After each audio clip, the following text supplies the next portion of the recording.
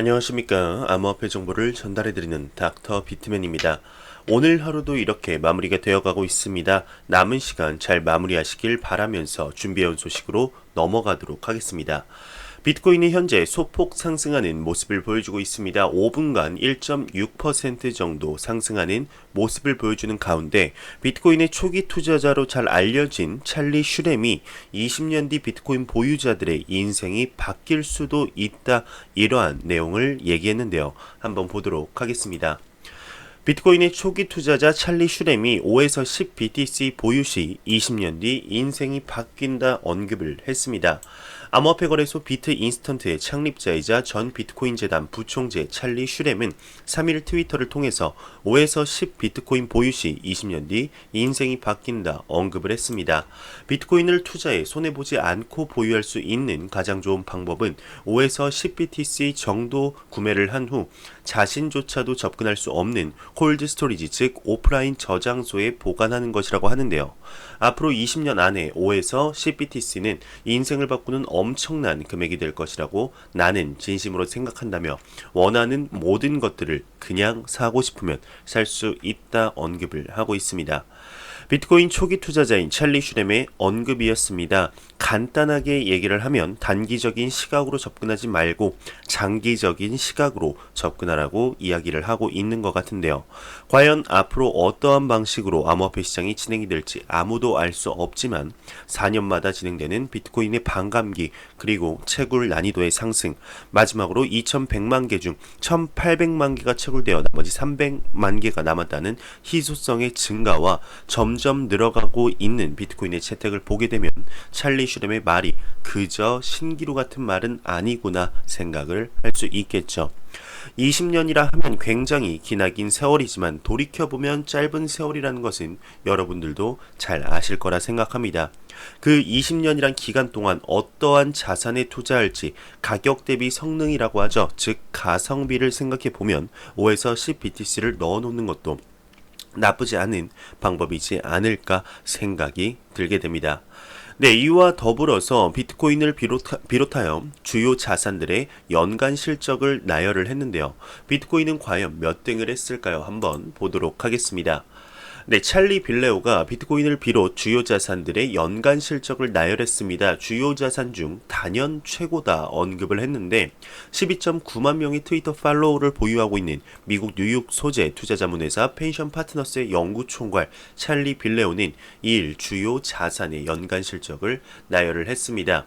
네, 비트코인의 수익은 142%로 2위의 나스닥 100과의 30%보다 110포인트를 앞서 압도적인 수익률을 자랑하고 있는데요. 또한 금과도 많은 차이를 벌렸죠. 비트코인의 상승률이 압도적이다, 이런 이야기였습니다. 이만큼 아는 사람들만 알 수 있게 상승하는 비트코인 암호화폐 시장의 모습, 과연 또 한 번의 대상승장은 언제쯤 오게 될지 많은 분들이 기대하고 있죠. 다음번의 대상승장을 2020년에 시작한다는 사람이 나타났습니다. 바로 친암호화폐적인 모습을 보여주는 윌리 우인데요. 지금이 투자 적기라고 합니다. 네, 윌리우는 2020년 비트코인 불마켓 2단계에 돌입할 것이다, 지금이 투자 적기다 언급을 했습니다. 네, 암호화폐 애널리스트 윌리우가 4일 자신의 트위터를 통해서 비트코인 온체인 데이터를 볼 때 약 1개월 정도 상승 움직임이 나타날 것이라며 주요 저항선을 돌파하는 시점은 오는 12월 그리고 내년 3월로 예상이 된다고 진단을 했습니다. 네, 그는 이어 만약 비트코인의 월 기준 종가가 14,000달러를 넘는다면 이는 불마켓의 두 번째 단계에 돌입한다는 것을 의미한다며 이때부터 안정적이며 변동성이 작은 상승장이 연출될 것이라고 언급을 하고 있습니다. 이는 2020년 초로 예상되며 투자하기 가장 좋은 시점이 될 것이라고 전망을 하고 있는데, 그러면서도 그는 비트코인 가격이 4,000달러에서 14,000달러까지 상승하는 것은 숏 스퀴즈, 즉 주가가 상승할 때 숏 매도를 했던 투자자들이 숏 포지션을 커버하기 위해 혹은 손실을 줄이기 위해 매수하는 것을 의미하는데, 이 숏 스퀴즈에 의한 것이지 투자자들에 의한 것이 아니라고 하네요. 현재 시장은 여전히 준비 단계에 있고 거시적 불마켓 내 장기 조정 구간에 머물러 있다고 합니다. CME 선물 가격 갭을 메우는 과정에서 비트코인은 8,600달러까지 하락할 가능성이 있다. 이렇게 내다봤다고 기사가 마무리되고 있습니다. 네, 암호화폐 애널리스트 윌리 웨의 언급을 보았습니다. 과연 2020년 암호화폐 시장에 참 중요한 해가 되지 않을까 개인적으로도 생각이 드는데요. 큰 프레임워크가 정립이 되면서 암호화폐의 입지가 확고해져서 윌리 웨의 의견처럼 비트코인의 불마켓이 다시 한번 볼 수 있기를 바라보겠습니다. 네, 그러면 코인 마켓캡에서 가격 보고 다음 내용으로 넘어가도록 하겠습니다. 네, 메이전 탑10 코인들 가격을 한번 살펴보겠습니다. 비트코인 같은 경우는 1.9% 상승하며 1,090만원대, 이더리움이 1.9% 상승하면서 21만 6천원대, 리플 XRP가 2.5% 상승하면서 348원대를 보여주고 있습니다. 네, 시가총액 6위의 라이트코인의 경우 5%, 시가총액 8위 이오스 같은 경우는 4% 급등하는 모습을 보여주면서 비트코인 더미넌스는 67.4%로 전날 대비 0.2% 소폭 상승한 암호화폐 시장의 매우 강력한 비트코인 시가총액 점유율을 보여주고 있네요. 네, 우리나라 IT 기업 중 암호화폐와 블록체인에 대해 열심히 하고 노력하는 기업을 꼽으라고 한다면 단연코 삼성과 카카오가 있을 텐데요. 그중 삼성이 블록체인 개발자들을 위한 플랫폼을 선보였다고 합니다. 과연 어떠한 플랫폼일지 한번 보도록 하겠습니다. 네, 삼성이 블록체인 개발자를 위한 플랫폼을 선보였다고 합니다. 네, 삼성 개발자 컨퍼런스 SDC 2019에서 삼성 블록체인 플랫폼 SDK를 선보였다고 합니다. 네, 올해 초 삼성전자는 플래그십 스마트폰인 삼성전자 갤럭시 S10과 함께 블록체인 지갑 어플리케이션을 발표를 했었죠. 사용자가 암호화폐로 거래하고 스마트폰으로 탈중앙화 어플리케이션인 D앱에 쉽게 접속할 수 있게 하기 위해서입니다. 삼성의 블록체인 이니셔티브에서 중요한 부분인 삼성 블록체인 키스토어는 모바일 플랫폼에 블록체인을 도입해 보안 이슈를 해결하고자 했었는데, 즉 암호화폐를 가장 안전하게 보관할 수 있는 콜드 월렛의 기능을 스마트폰에 담은 것이죠. 삼성 블록체인 플랫폼 SDK는 D앱 생태계 확장의 가장 큰 걸림돌인 보안과 모바일 호환 D앱의 구축의 복잡성을 해결하는 종합적인 솔루션인데요. 네, 즉 SDK는 웹 기반 D앱뿐만 아니라 앱을 모바일 공간으로 수월하게 통합할 수 있도록 합니다. 더불어 암호화폐 결제 등 블록체인 기능을 더하고자 하는 레거시 앱도 SDK를 활용할 수 있죠. 네, 삼성이 블록체인 앱을 구축하는 과정에서 발생하는 복잡성을 줄임으로써 개발자와 사용자 모두가 블록체인 산업에 더 쉽게 진입할 수 있을 것으로 내다보고 있는데요. 네, SDK를 통해 모바일 D앱 구축이 더 편리해진다는 것이죠. 또 암호화폐를 사용하기 위해 데스크탑이나 노트북이 필요하지 않아지게 될 전망이라고 합니다. 기존 앱에서도 커피를 사거나 게임 아이템을 구매하는 경험도 가능해지겠죠. 네, 삼성은 이번 블록체인 플랫폼 SDK를 통해서 모바일 중심의 블록체인 생태계를 확장할 것으로 보인다며 내용이 마무리되고 있습니다. 네, 본인들뿐만 아니라 블록체인 개발자들을 위한 플랫폼도 신경을 쓰는 모습을 볼 수가 있습니다. 우리나라의 안타까운 스탠스에도 불구하고 끊임없이 암호화폐와 블록체인 관련 열심히 노력하는 모습을 보게 되면 좋기도 하면서, 한편으로는 국가의 지원이나 규제가 조금 더 오픈이 되어 있었다면 얼마나 좋았을까 하는 생각도 드는데요. 앞으로도 좋은 소식들을 많이 보여주는 삼성의 모습, 그리고 카카오의 모습을 기대하도록 하겠습니다. 네, 우리나라에 삼성이 있다면, 카카오가 있다면 암호화폐 시장에 매일같이 나오는 기업이 있죠. 네, 맞습니다. 바로 리플사인데요. 이번에 리플의 광고가 런던 버스에 게재가 되었다고 합니다. 바로 이 모습인데요. 네, 한번 해석을 해드리자면, 런던의 트랜스퍼 광고 버스는 리플에서 실행이 된다. 우리는 매우 빠르게 움직이고 있다. 아무도 보고 있지 않다. XRP가 지급의 세계를 장악하려 하고 있다. 리플과 디지털 지불의 애플이다. 리플은 디지털 지불의 애플이다.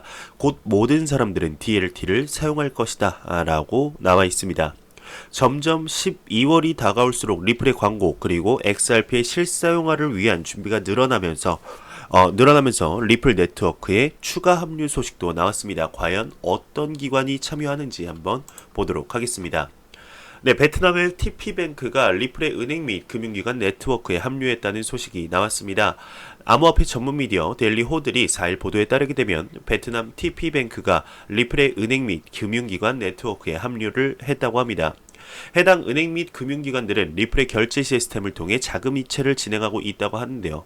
이와 관련해 TP뱅크 측은 새로운 파트너들과 함께하게 되어 기쁘다며 이를 통해 수분 내 국가 간 자금 이체를 할 수 있게 됐다 이렇게 전했습니다. 다만 미디어에 따르게 되면 TP뱅크가 리플사의 XRP 기반 솔루션을 채택했는지 어떤 솔루션을 채택했는지 여부는 정확히 밝히지 않은 것으로 나타났네요. 네, 베트남의 TP뱅크가 이제 리플 네트워크에 합류한다는 소식이었습니다. 올해 베트남 은행들의 이익 증가폭이 지난해보다 다소 감소할 것으로 예상이 되고 있습니다. 그에 대한 해답으로 리플의 솔루션을 찾은 것은 아닐지 생각이 조금은 드는데요. 기사에서 나온 바와 같이 아직까지 어떠한 솔루션을 쓸지 예상을 할 수는 없지만 추가적인 정보를 접하는 대로 여러분들께 바로 전달해 드리도록 하겠습니다. 네, 로저버가 모든 페이스북 친구에게 $5 상당의 비트코인 캐시를 기부한다고 합니다. 암호화폐 전문 미디어 코인텔레그래프의 4일 보도에 따르게 되면 비트코인닷컴 대표 로저버가 자신의 페이스북을 통해 비트코인 캐시를 널리 알리기 위해 나의 모든 페이스북 친구들에게 $5 상당의 비트코인 캐시를 보내겠다 밝혔습니다. 네, 그러면서 그는 이 $5어치의 비트코인 캐시는 머지않아 $5,000가 될 것이라며 또한 페이스북의 친구가 아닌 사람에게도 비트코인 캐시 주소를 남긴다면 $1어치의 비트코인 캐시를 보내주겠다 이렇게 덧붙였네요. 네, 국제증권관리위원회 기구가 이제 스테이블 코인 기존 유가증권 기준에 부합한다 이런 내용이 나왔습니다.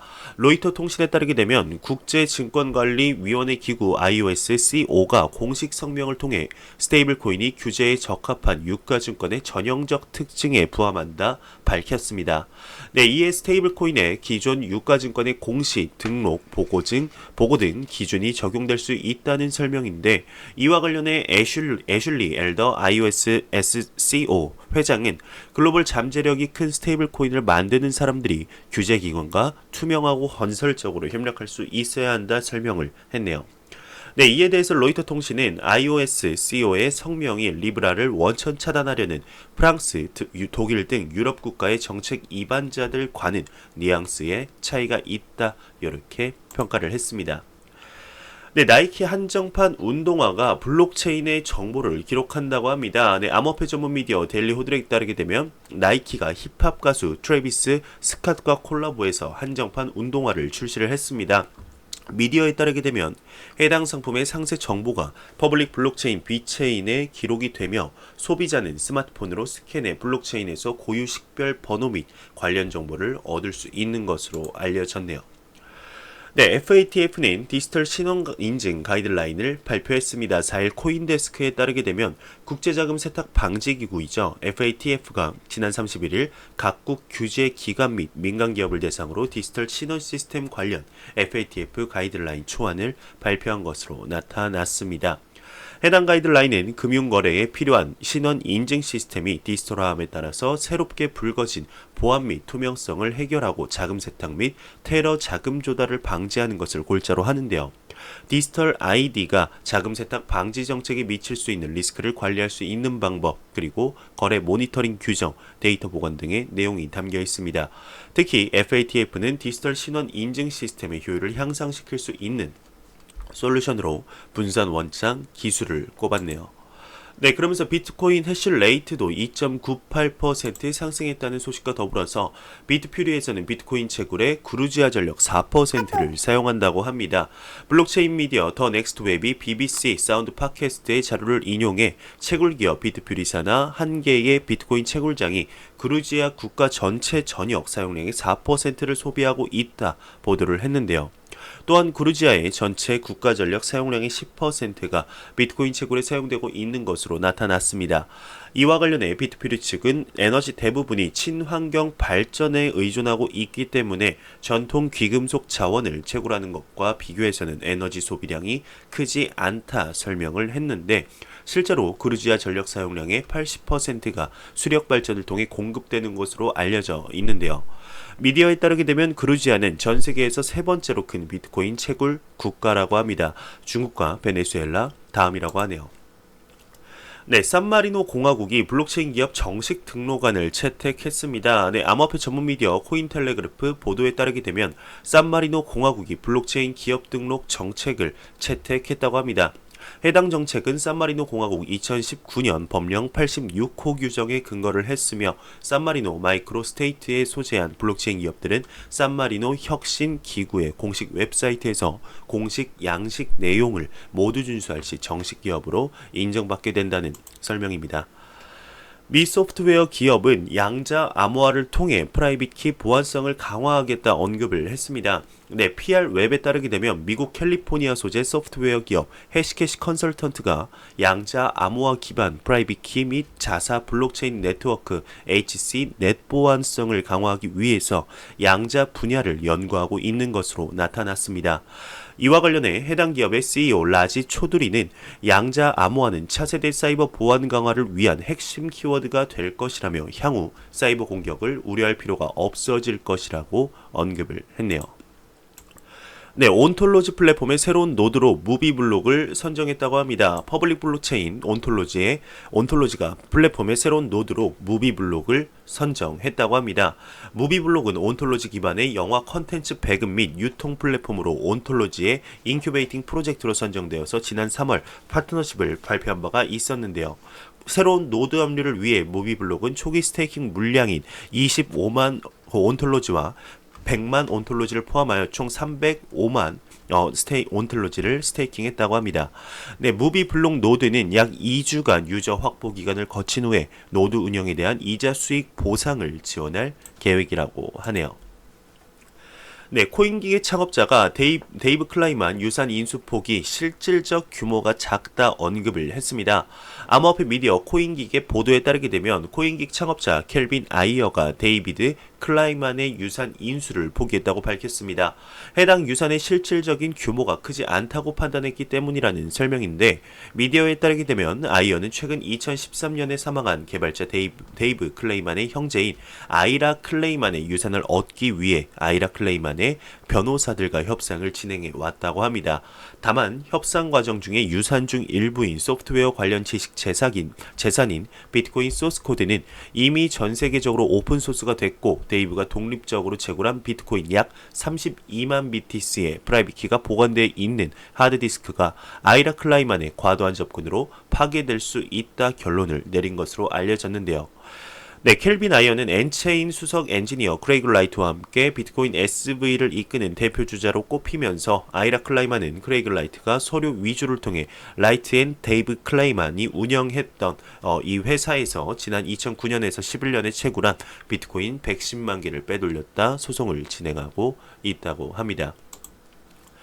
네, 암호화폐 전문 미디어 AMB 크립토가 암호화폐 전문 분석 업체 스큐의 데이터를 인용해서 지난 2년간의 비트코인과 이더리움의 변동성은 평균 90% 정도 상관관계를 나타냈지만 이는 시장의 흐름과 무관하다 전했습니다. 이와 관련해 지난 9월 비트코인이 약 200에서 400달러 변동폭을 나타내며 횡보의 흐름을 보이는 동안 이더리움은 13%의 상승률을 기록하며 주요 저항 가격대를 돌파하기도 했다고 하는데 상관관계가 높고 낮음이 강세장 혹은 약세장을 의미하진 않는다 진단을 했습니다. 다만 비트코인과 이더리움 중 하나가 상승하게 되면 또 다른 하나가 직접 또는 간접적인 영향을 받는 경향이 있다 이렇게 덧붙이고 지금 이탈리아 규제 기관은 암호화폐 관련 미허가 사이트 5곳의 액세스를 차단했다는 소식과 더불어서 미 증시가 강보합 마감을 했다고 합니다. 블록체인 관련주 중 이제 절반 이상 종목이 상승했다는 소식이 나왔습니다. 네, 제가 준비한 소식은 여기까지입니다. 마지막으로 코인마켓캡에서 가격 보고 마무리하도록 하겠습니다. 리플 XRP 기준 348.12원으로 2.58% 상승한 모습을 보여주고 있는데요. F5번 한번 눌러보도록 하겠습니다. 네, 349.25원 3.24% 상승한 모습을 보여주고 있습니다. 네, 이러한 소폭 상승이 정말 암호화폐 시장의 대상승장으로 가는 발판이 되기를 진심으로 바라봅니다. 제가 준비해온 소식은 여기까지입니다. 영상이 도움이 되셨다면 구독과 좋아요 그리고 광고 한 편만 처음부터 끝까지 시청해 주시기 바랍니다. 이 채널은 오직 광고 수익으로 운영이 되게 됩니다. 항상 영상 시청해 주시는 시청자분들, 구독자분들 너무나 감사합니다. 저는 다음 영상으로 찾아뵙도록 하겠습니다. 지금까지 닥터 비트맨이었습니다. 감사합니다.